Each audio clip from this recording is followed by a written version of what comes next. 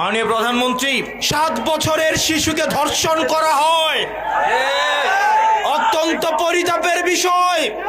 আমরা আপনার কাছে আর একটা কার্ড চাই, একটা আমরা জাস্টিস কার্ড আপনার কাছে আমরা প্রত্যাশা করি। জনগণের কাছে থাকে একটা কার্ড, সেটা হচ্ছে লাল কার্ড। সেই শিশুর বাবা বুঝে গিয়েছে বিচার হবে না, সেজন্য উনি বিচার চাওয়া বন্ধ করে দিয়েছে। মাননীয় প্রধানমন্ত্রী, আপনি আমাদেরকে অনেক কার্ড দিচ্ছেন, ফ্যামিলি কার্ড, আপনি অনেক কার্ড দিচ্ছেন, কৃষক card, family card, well card, LPG card, diesel card, খামারি কার্ড।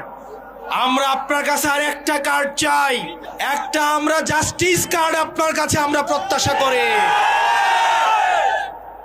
না হয় মনে রাখবেন, আপনি কার্ড বছরে 20টা দেন, জনগণের কাছে থাকে একটা কার্ড, সেটা হচ্ছে লাল কার্ড। এই কার্ড যতদিন না পর্যন্ত আপনি জাস্টিস নিশ্চিত করবেন, আপনার এই কার্ড কোনো কাজে আসবে না। 2 বছর পরে দেখা যাবে এই কার্ড নিয়ে সবাই বাসার মধ্যে উনু খেলে। প্রিয় নাঙ্গলকোটবাসী, প্রিয় তারুণ্য, আপনারা যারা এখানে আছেন, আপনারা আমাদের ব্যর্থতা মনে করিয়ে দেন, একই সাথে সাথে আপনারা আমাদেরকে আশাবাদী করেন। কারণ এইখানে যারা আছেন, আপনাদের কারু বেগম পাড়ায় কোনো বাড়ি নাই। আপনারা এইখানে যারা আছেন, কারু মামা চাচার পরিচয় এখানে বসেন নাই।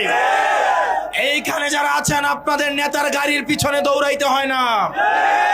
আপনারা এইখানে যারা আছেন, আপনাদেরকে কোনো রাজনৈতিক লাঠিয়াল বাহিনীতে রূপান্তর করা হবে না। আপনারা এইখানে এমন মানুষ আছেন যারা এনসিপি যদি কোনো ভুল করে সেটার আপনারা সমালোচনা করেন। প্রিয় তারুণ্য, আমরা এমন একটা রাজনৈতিক দল গঠন করেছি যে এই রাজনৈতিক দল অন্য কেউ সমালোচনা করতে হয় না, সেটা নিজ দলের মধ্যেই সমালোচিত হয়। কোনো নেতিবাচক কাজ যদি করে, নিজ দলের কর্মীরাই সেটাকে জবাবদিহিতার মধ্যে নিয়ে আসে। প্রিয় তারুণ্য, এই দেশটা আমাদেরকে গড়তে হবে।